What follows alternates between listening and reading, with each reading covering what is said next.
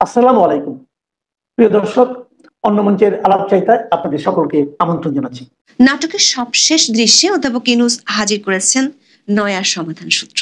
বলছে জুলাই সনদ বাস্তবায়নের আদেশ নিয়ে অধ্যাপক ইউনূস নতুন বোতলে ঢেলে দিয়েছেন সেই পুরনো ওষুধ। বাস্তবায়নের পদ্ধতিতে এসেছে কিছু পরিবর্তন। বিএনপির দাবি থেকে এক চিমটি লবণ আর জামাতের কাছ থেকে এক মুঠ গুড় নিয়ে দেয়া হয়েছে মেটিকুলাস ঘুটা। এরপর যা পাওয়া যাচ্ছে তা সেই আলী রিয়াজেরই হার্স চালু সংবিধান। একটু ভিন্ন লেভেল আর ব্র্যান্ডিং এ গুছিয়ে দেওয়া হচ্ছে দলগুলোর কাছে। তাল গাছটি নিজেদের কোর্টে রেখেই বল আবার ঠেলে দেওয়া হয়েছে মিত্র হিসেবে পরিচিত দলগুলোর কোর্টে। পরিস্থিতি আরেকটু জটিল করে তুলতে রাষ্ট্রপতির স্বাক্ষরের মাধ্যমে জারি হয়ে গেছে জুলাই সনদ বাস্তবায়ন আদেশ। ফলে ফেব্রুয়ারিতে নির্বাচন চাইলে বিএনপিকে হারজোড়ো সাংবিধানিক গিলতে হবে সেই। আবার সংসদ নির্বাচনের দিনে গণভোটের সিদ্ধান্ত মেনে নিলে বড় ধরনের রাজনৈতিক পরাজয়ের মুখে পড়তে হবে জামাতকে। কিংস পার্টি এনসিপির সামনেও থাকছে সংশয়ের দোলাচল। প্রাথমিক প্রতিক্রিয়ায় বিএনপি জামাত দুই দলের পক্ষ থেকে এসেছে উষ্মা। অধ্যাপক ইউনূসকে তবে নিজের মতো করে খেলার মাঠে গোলপোস্ট সেট করলেন। সেই গোলপোস্ট সেট করতে যিনি ছিলেন আসল সৈনিক, সেই আলী রিয়াজকে পুরস্কার স্বরূপ উপদেষ্টার মর্যাদা দিয়ে নিজের কাছেই রাখছেন অধ্যাপক ইউনূস। দর্শক, নির্বাচনের মাত্র 3 মাস বাকি। নির্বাচনের 3 মাসেরও কম সময় আলী রিয়াজকে কেন উপদেষ্টা পদমর্যাদায় নিয়োগ দেওয়া হলো সেই প্রশ্ন তুলেছেন অনেকেই। আইন বিশেষজ্ঞদের কাছে প্রশ্ন হলো, অধ্যাপক ইউনূসের সরকার সংবিধানের কোন ধারা বলে রাষ্ট্রপতির মাধ্যমে আদেশ জারি করেছেন? আবার অধ্যাপক ইউনূসের গণভোটের জন্য প্রস্তাবিত ব্যালটের কন্টেন্ট নিয়ে এরই মধ্যে হাস্যরসের সৃষ্টি হয়েছে। এই গণভোটের ব্যালটে আপনার জন্য অপেক্ষা করছে 4টি প্রস্তাবের একটি বান্ডেল প্যাকেজ। এমন বান্ডেল প্যাকেজের কারণে রাজনীতিতে কে জিতলো আর কে হারলো, এই আদেশ কি সত্যি নতুন বাংলাদেশের সূচনা, নাকি ভবিষ্যতে এটি এক বিরাট আইনি প্রশ্নের মুখে পড়বে? জানতে চলুন যাওয়া যাক বিশ্লেষণে। দর্শক, দেশে নিবন্ধিত রাজনৈতিক দলের মধ্যে মাত্র 18টি দল অধ্যাপক ইউনূসের ঐকমত্য কমিশনের খেলায় জায়গা পেয়েছিল। মোট 32টি দল ও জোটের সাথে 9 মাস ধরে কয়েক দফায় বৈঠক করে অনেক নাটকের পর জুলাই সনদ স্বাক্ষর হয়। তবে সেটি যে একটি ফাঁদ বা প্রতারণা ছিল তা এরই মধ্যে পরিষ্কার করে বলেছে বিএনপি। ফাঁদে ফেলে বিএনপিকে দিয়ে স্বাক্ষর করিয়ে উল্টে দেয় খসড়া প্রস্তাব। আলী রিয়াজ নিজের মতো করে সুপারিশ প্রস্তাব জমা দেন। বিএনপি সহ বেশিরভাগ রাজনৈতিক দলের নোট অফ ডিসেন্টকে ডাস্টবিনে ছুঁড়ে ফেলেন আলী রিয়াজ। নিজেই সেই হারজোড়ো সংবিধান সংস্কার প্রস্তাবকে মানতে বাধ্য করাতে চান রাজনৈতিক দলগুলোকে। তাতে অধ্যাপক ইউনূসের মিত্রদের মধ্যে বাদে বিরোধ। বিএনপি বিবৃতির মধ্যে সীমাবদ্ধ থাকলেও জামাত ইসলামী সহ 8টি দল কর্মসূচি দেয়। সরকারের বেঁধে দেয়া 1 সপ্তাহের মধ্যে বিএনপি জামাত ইসলামীর ডাকে সাড়া দেয়নি। এর মধ্যে আওয়ামী লীগের লকডাউন কর্মসূচিতে না বিশ্বাস ওঠে সরকারের। শেষমেশ অধ্যাপক ইউনূস ঘোষণা দেন সমাধান নিয়ে তিনি আসছেন জাতির সামনে। তার আগে উপদেষ্টা পরিষদে অনুমোদন হয় জুলাই জাতীয় সংবিধান সংস্কার বাস্তবায়ন আদেশ। দর্শক, আলী রিয়াজের হারজোড়ো সুপারিশ প্রস্তাবে 84টি প্রস্তাব ছিল। তার মধ্যে ঐকমত্য কমিশনের আলোচনায় অংশ নেওয়া সবগুলো রাজনৈতিক দল 30টি প্রস্তাবে কোনো দ্বিমত পোষণ করেনি। তার মানে গাণিতিকভাবে দেখলে প্রায় 3 ভাগের 1 ভাগে ঐকমত্য হয়েছে। কিন্তু অধ্যাপক ইউনূসের দাবি কিছু প্রস্তাবে সামান্য ভিন্নমত আছে। বাকি অল্প কিছু প্রস্তাবে আপাত দৃষ্টি মনে হয় অনেক দূরত্ব আছে, যা গণতান্ত্রিক প্রক্রিয়ায় অস্বাভাবিক কিছু নয় বলে তিনি দাবি করেছেন। দর্শক, আলী রিয়াজের সুপারিশ প্রস্তাব জমা পড়ার পর যেখানে তার 3 মিত্র দেশের পুরো রাজনৈতিক পরিস্থিতিকে অস্থিতিশীল করে তুলেছেন, সেখানে তিনি বলছেন দ্বিমত থাকা প্রস্তাবগুলোর ক্ষেত্রে মতভিন্নতা খুব গভীর নয়। অধ্যাপক ইউনূসের দাবি অনুযায়ী জুলাই সনদ আসলে কেউ সঠিকভাবে বিশ্লেষণই করেনি। কারণ রাজনৈতিক দলগুলোর প্রকাশ্য বক্তব্য যতখানি পরস্পর বিরোধী অবস্থানে আছে বলে মনে হয়, জুলাই সনদ ঠিকভাবে বিশ্লেষণ করলে ততখানি মতপার্থক্য দেখা যেত না। অধ্যাপক ইউনূস এটাকে তার সরকারের অনন্য অর্জন হিসেবে দাবি করেছেন। দর্শক, অধ্যাপক ইউনূস তার ভাষণে বলেছেন, এসব বিবেচনায় রেখে এবং রাজনৈতিক দলগুলো কর্তৃক স্বাক্ষরিত জুলাই সনদকে মূল দলিল হিসেবে ধরে নিয়ে অন্তর্বর্তী সরকার 13 নভেম্বর উপদেষ্টা পরিষদের বৈঠকে জুলাই জাতীয় সংবিধান সংস্কার বাস্তবায়ন আদেশ অনুমোদন করেছে। দর্শক, একটু খেয়াল করে দেখুন, অধ্যাপক ইউনূস বলেছেন রাজনৈতিক দলগুলোর স্বাক্ষরিত জুলাই সনদকে মূল দলিল হিসেবে ধরেছে উপদেষ্টা পরিষদ। অথচ বিএনপি বরাবরই বলেছে তারা যে সনদে স্বাক্ষর করেছেন আলী রিয়াজ জমা দেওয়ার সময় সেটির কন্টেন্ট পাল্টে ফেলেছেন। দর্শক, প্রধান উপদেষ্টা তার ভাষণে এমন পথরেখা দিয়েছেন তার সত্যি বিশ্বে বিরল। উপদেষ্টা পরিষদে জুলাই সনদ বাস্তবায়ন আদেশ অনুমোদনের বিরাট খবর জানিয়ে তিনি বলেন, প্রয়োজনীয় স্বাক্ষর শেষে এটি গেজেট নোটিফিকেশনের পর্যায়ে পৌঁছে গেছে। এরপরই আসে হার্জোর সংবিধান বাস্তবায়নের ওর্সলাইন পথরেখার থিওরি। এটি অনুযায়ী সংসদ নির্বাচনের দিনই হবে সনদ প্রশ্ন গণভোট। আলিরিয়াজের এক কথার প্রশ্নকে 4টি প্যাকেজে ভাগ করা হয়েছে। তবে সে 4টি প্যাকেজ কি এক কথায় হ্যাঁ বা না বলে একসঙ্গে অনুমোদন অথবা প্রত্যাখ্যান করতে হবে ভোটারদেরকে। দর্শক, গণভোটের ব্যালটটি আপনার জন্য হতে পারে একটি ধাঁধার মতো। আপনি যদি পড়তে না পারেন তাহলে আপনি গণভোটে অংশ নিতে পারলেও যৌক্তিক সিদ্ধান্ত নিতে পারবেন কিনা সে প্রশ্ন রয়ে গেছে। কারণ গণভোটের ব্যালটে আপনার জন্য প্রশ্ন থাকবে 4টি, সেগুলো আপনাকে পড়ে অথবা বুঝে উত্তর দিতে হবে। তবে আগে থেকে জেনে যাওয়াই ভালো, কারণ প্রস্তাবগুলো পড়ে বুঝতে গেলে আপনার ডিকশনারি লাগতে পারে। এমনকি পড়তে পড়তে ক্লান্ত হয়ে আপনি ভোট কেন্দ্রে ঘুমিয়ে যেতে পারেন। সে 4টি প্রস্তাবের মধ্যে প্রথমটি হলো, নির্বাচনকালীন সময়ে তত্ত্বাবধায়ক সরকার, নির্বাচন কমিশন এবং অন্যান্য সাংবিধানিক প্রতিষ্ঠান জুলাই সনদে বর্ণিত প্রক্রিয়ার আলোকে গঠন করা হবে। দর্শক, অন্যান্যের মধ্যে কতগুলো সাংবিধানিক প্রতিষ্ঠান আছে সে বিষয়ে আপনাকে আগে জেনে যেতে হবে, কারণ এর উল্লেখ ব্যালটে থাকবে না। কিন্তু দ্বিতীয় প্রস্তাবটি হলো, আগামী সংসদ দ্বিকক্ষ বিশিষ্ট হবে। 3 নম্বর প্রস্তাব, রাজনৈতিক দলগুলো যে 30টি বিষয়ে একমত হয়েছে সেগুলো বাস্তবায়নে আগামী নির্বাচনে বিজয়ী দল বাধ্য থাকবে। ব্যালটের 4 নম্বর প্রস্তাবটি অস্পষ্ট। সেটিতে বলা হয়েছে, জুলাই সনদে বর্ণিত অন্যান্য সংস্কার রাজনৈতিক দলগুলোর প্রতিশ্রুতি অনুসারে বাস্তবায়ন করা হবে। মানে এটাকে বিবিধ বা মিসলেনিয়াস হিসেবে বলা যেতে পারে। মজার বিষয় হলো, জুলাই সনদের গণভোটে ব্যালটটি আপনাকে অনেকক্ষণ ধরে পড়তে হবে, কিন্তু আপনার ভোট দিতে লাগবে জাস্ট একটি ক্লিক বা ঠিক। মানে 4টি প্রশ্নের মধ্যে আপনি একটিতে হ্যাঁ দিবেন আর একটিতে না দিবেন সেই সুযোগ থাকছে না। আপনাকে বলতে হবে হয় আপনি 4টিতে একসাথে হ্যাঁ অথবা না। যেমন ধরুন, আপনি তত্ত্বাবধায়ক সরকার চান কিন্তু সংসদের উচ্চকক্ষ চান না, সে সুযোগ অধ্যাপক ইউনূসের গণভোটে থাকছে না। দর্শক, বিষয়টিকে আপনি গ্রামীণ ফোনের বান্ডেল প্যাকেজের মতো ধরতে পারেন। আপনার হয়তো টক টাইম বেশি লাগবে, কিন্তু ইন্টারনেট ডাটা আর SMS কম লাগবে, কিন্তু আপনার উপায় নেই নিজের পছন্দ মতো কেনার। কোম্পানির যা দেয় তা যেমন গিলতে হয়, তেমনি অধ্যাপক ইউনূসের গণভোটে আপনার নিজের পছন্দ মতো রায় দেওয়ার সুযোগ নেই। আপনাকে দিতে হবে বান্ডেল রায়। অন্তর্বর্তী সরকার পাশ করা আদেশ অনুযায়ী গণভোটের সংখ্যাগরিষ্ঠ ভোট হ্যাঁ সূচক হলে আগামী সংসদ নির্বাচনে নির্বাচিত প্রতিনিধি নিয়ে একটি সংবিধান সংস্কার পরিষদ গঠিত হবে। এই প্রতিনিধিগণ একই সাথে জাতীয় সংসদের সদস্য হিসেবে দায়িত্ব পালন করবেন। পরিষদ তার প্রথম অধিবেশন শুরুর তারিখ হতে 180 কার্যদিবসের মধ্যে সংবিধান সংস্কার করবে। সংবিধান সংস্কার সম্পন্ন হওয়ার পর 30 কার্যদিবসের মধ্যে সংসদ নির্বাচনে প্রাপ্ত ভোটের সংখ্যানুপাতে উচ্চকক্ষ গঠন করা হবে। এর মেয়াদ হবে নিম্নকক্ষের শেষ কার্যদিবস পর্যন্ত। দর্শক, এখন দেখে আসি অধ্যাপক ইউনূসের এমন ঘোষণার সাথে তার 3 মিত্রের কে জিতলো আর কে হারলো। বলে রাখা ভালো, বিএনপি, জামাত ইসলামী আর এনসিপি ছাড়া বাকি রাজনৈতিক দলগুলোকে অনেক আগেই মাঠে বের করে দিয়েছিল ঐকমত্য কমিশন। কিন্তু বিএনপি, জামাত ও এনসিপির চাওয়াগুলো ছিল ভিন্ন ভিন্ন। সংসদ নির্বাচনের দিনে গণভোট হচ্ছে, এটি ছিল বিএনপির প্রধান দাবির মধ্যে একটি। অন্যদিকে জামাত ইসলামী নেতারা নির্বাচনের আগে গণভোটের জন্য প্রয়োজনে আঙ্গুল বাঁকা করে ঘি খাওয়ার ঘোষণা দিয়েছিলেন। বলেছিলেন ঘি তাদের লাগবে। ফলে গত 16 মাসে সরকারকে অকুণ্ঠ সমর্থন দেয়া জামাত ইসলামের কাছ থেকে ঘিয়ের বাটিটা কেড়ে নিল অধ্যাপক ইউনূস। তবে গণভোট কখন হবে তা নিয়ে কিংস পার্টি এনসিপির কোনো মাথা ব্যথা ছিল না। জামাত ইসলামী উচ্চকক্ষ ও নিম্নকক্ষের পিআর চেয়েছিল, বিএনপির দুটোতেই আপত্তি আছে, আর এনসিপি শুধু উচ্চকক্ষে পিআর পদ্ধতিতে নির্বাচন চায়।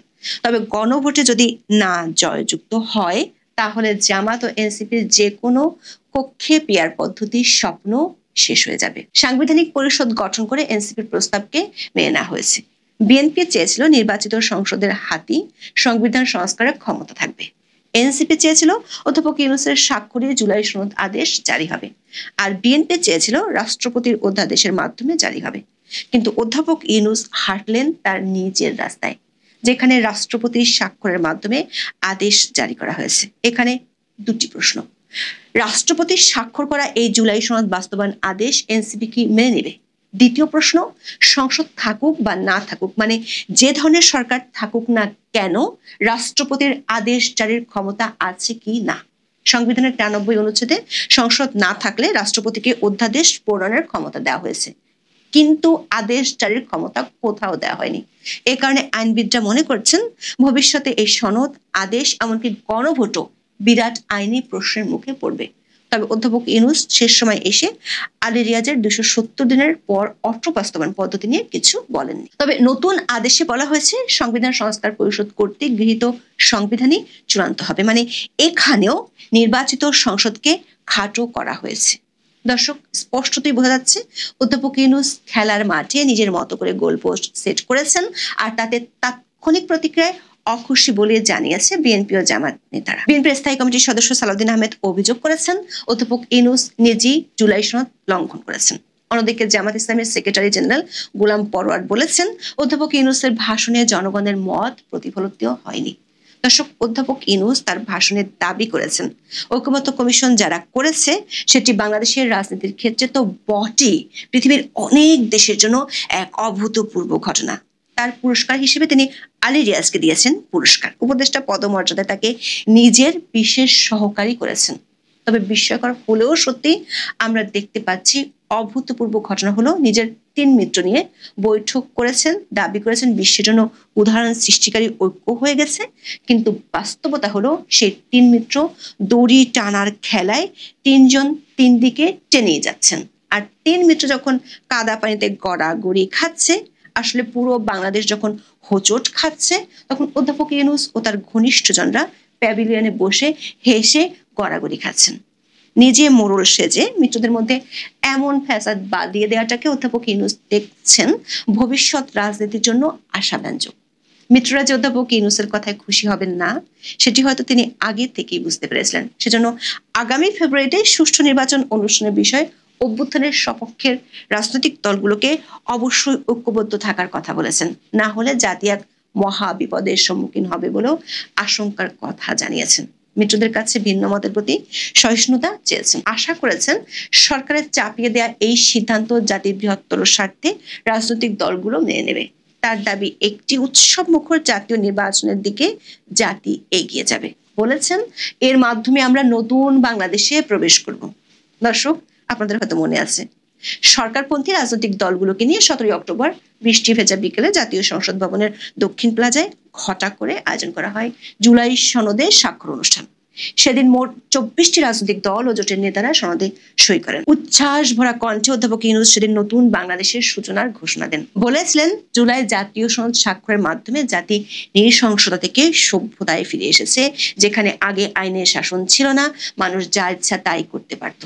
তবে এর প্রায় 1 মাস পরে এসে জানা গেল নতুন বাংলাদেশের সূচনা এখনো হয়নি, এর দোরগোড়ায় এখনো অপেক্ষা করছে। দেখা যাচ্ছে 1 মাস আগে নতুন বাংলাদেশের সূচনার দাবির 16 আনায় ছিল মিছে। প্রশ্ন হলো কয়েকদিন পর পর অধ্যাপক ইউনূস নতুন করে নতুন বাংলাদেশে নিয়ে যাচ্ছেন বাংলাদেশের মানুষকে। এমন নতুন বাংলাদেশ বলে তিনি আর কত ঘোল খাওয়াবেন? নির্বাচনের আগে হয়তো সে ঘোল আরো অনেকবার খাওয়া বাকি আছে আপনাদের। প্রশ্ন হলো প্রায় 9 মাসের নাটকের দেশ কি পেল? গভীর থেকে গভীরতর হওয়ার সংকটের কি শুরু হলো? ঘুটা সালানের মাধ্যমে একটি বিতর্কিত রচনা মিত্র দলগুলোর কাঁধে চাপিয়ে দিয়ে কি বিরাট অর্জনের স্বপ্ন দেখছেন অধ্যাপক ইউনূস? এখন এই পর্যন্ত সারাদিন আপনারা জানেন যে ঢাকা লকডাউন কেবলমাত্র ঢাকায় নয়, বলতে গেলে সারা বাংলাদেশেই সফলভাবে পালিত হয়েছে, এবং আওয়ামী লীগ শুধু নয়, সারা দেশবাসীর যতটুকু ধারণা ছিল তার চাইতে অনেক বেশি সফল হয়েছে আজকে লকডাউন। আমি সকালে এই নিয়ে অনেক কথা বলেছি, আপনারা দেখেছেন। আমি শুধু বলবো just to add few things, যে গতকাল ঢাকা শহরের কয়েকটা স্পটে এই যে উপদেষ্টা ফারুকী, সে শেখ হাসিনাকে খুব খারাপভাবে পোর্ট্রে করে সেই ফ্যাসিস্ট বানিয়ে কিছু ডকুমেন্টারি শো করেছিল, এবং অধিকাংশ জায়গায় পাবলিকের ধাওয়া খেয়ে এই ডকুমেন্টারি শোগুলো আর করতে পারিনি। তার মধ্যে রবীন্দ্র সরোবর, মিরপুর 12, এখানে সব মানে শো টো সব বানচাল করে দিয়েছে জনগণ। আজকে সাংবাদিকরা যখন স্বরাষ্ট্র উপদেষ্টাকে বলছেন যে লকডাউন তো সফল হলো, তখন তার প্রতিক্রিয়া কি? এবং আজকে একটা ক্লাস 9-এর বাচ্চা তার ব্যাগের মধ্যে, স্কুল ব্যাগের মধ্যে মুক্তিযুদ্ধের বই পাওয়ায় তাকে গ্রেপ্তার করা হয়েছে। এই ভিডিওটা আমি জাস্ট দেখাই, উপদেষ্টার ভিডিওটা। লকডাউন নিয়ে আজকে আর আলোচনা করব না, কিন্তু আজকে যখন সবাই আমরা লকডাউন নিয়ে ব্যস্ত ছিলাম তখন দেখলাম যে দুপুর বেলায় প্রধান উপদেষ্টা জাতির উদ্দেশ্যে ভাষণ দেবেন। এই ভাষণ শুরুতে 12টার সময় দেওয়ার কথা ছিল, তারপর সেটা 2টোয় চলে গেছে, তারপর সেটা 2:30টায় গেছে। কেন বারবার এই সময় পরিবর্তন হয়েছে? আমি একটু সকালে যাই। মার্কিন charge the affairs in Bangladesh, আপনারা জানেন, ট্রেসি অ্যান্ড জ্যাকবসন, তার বাসায় সকাল 8:30 থেকে 9:20 পর্যন্ত ইউনূসের 2 উপদেষ্টা আদিলুর রহমান এবং সৈয়দা রিজওয়ানা হাসান তারা মিটিং করেছে।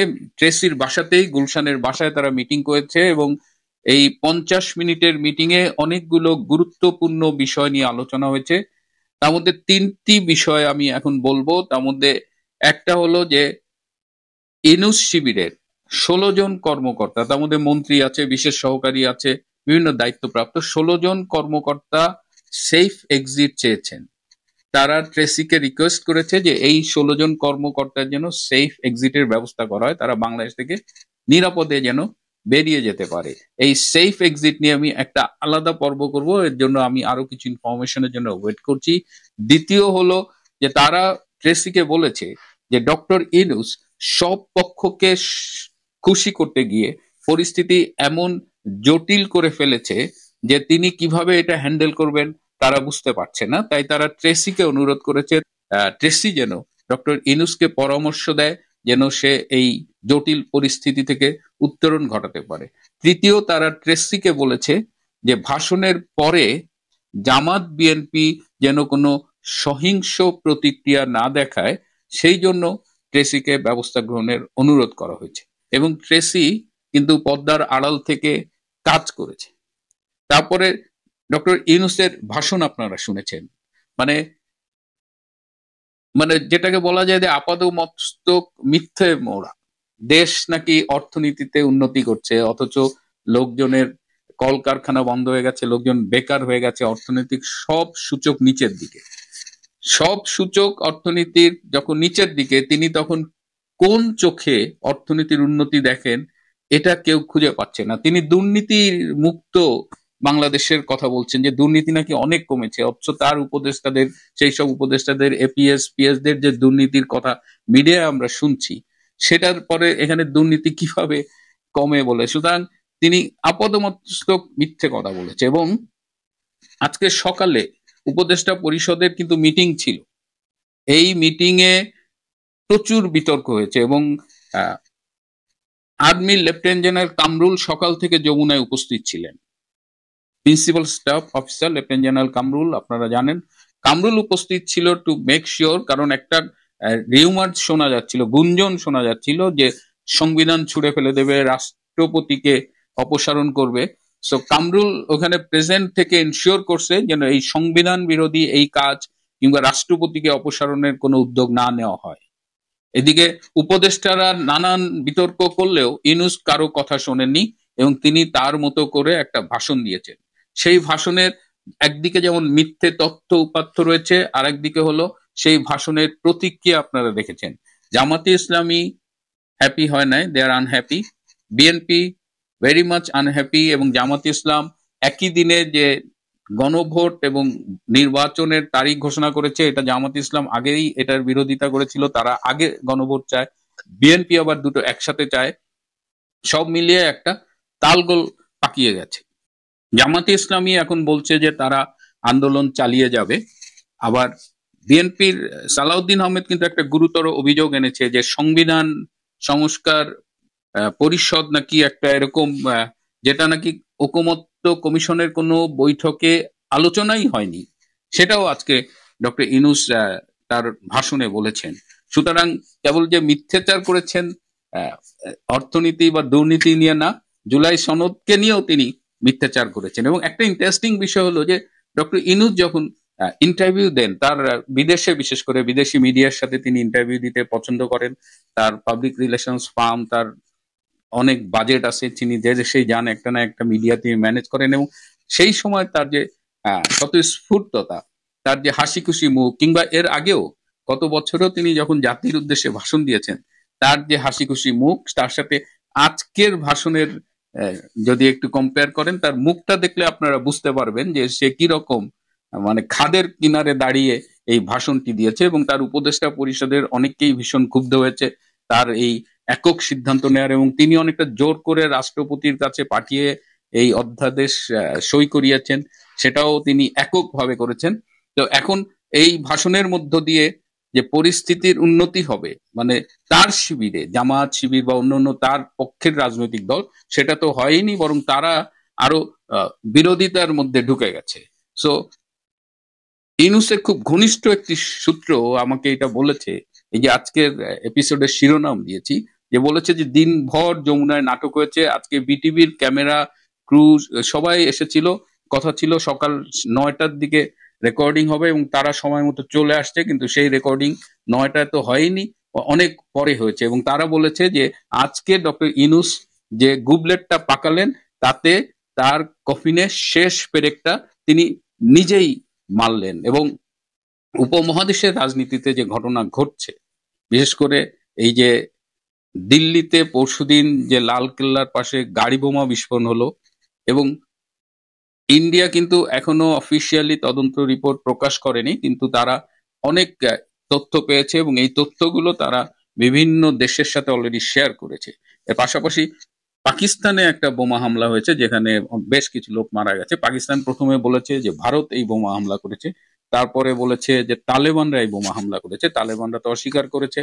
এখন পাকিস্তান বলছে যে সিলিন্ডার বিস্ফোরণ হয়ে নাকি এই এত লোক মারা গেছে। অর্থাৎ দেখেন difference between India and Pakistan. Pakistan কিন্তু দায়িত্ব জ্ঞানহীন ভাবে প্রথমে ইন্ডিয়া পরে তালেবানকে দায়ী করে নিজেরাই বলছে যে এটা সিলিন্ডার বিস্ফোরণ। এখন কোনটা will believe Pakistan, but India এখনো কিন্তু তারা যে একটা গণতান্ত্রিক, বৃহত্তম গণতান্ত্রিক দেশ, তারা সেই জায়গাটা বজায় রাখছে। কিন্তু আমাদের উপদেষ্টারা কেন জানি খুব ভয় পাচ্ছে যে ভারতের এই ব্লাস্টের সাথে বাংলাদেশের নাম জড়িয়ে যাবে, যদিও ভারতের পক্ষ থেকে অফিসিয়ালি কিছু বলা হয়নি। আমাদের উপদেষ্টাদের এই ভীতি দেখে মনে হচ্ছে ঠাকুর ঘরে কে, আমি কলা খাইনি। প্রিয় বন্ধুরা, আমি জানি অনেকেই ধৈর্য হারিয়ে ফেলছেন, কবে ইনুস যাবে, কি হবে। ইনুস শিবিরে, ইনুসের ঘরের মধ্যে কিন্তু ভীষণ অশান্তি শুরু হয়েছে, এবং এই যে বললাম কফিনের শেষ পেরেক, এই শব্দটা তাদের কাছ থেকে আমি পেয়েছি। আজ এ পর্যন্তই, ভালো থাকবেন।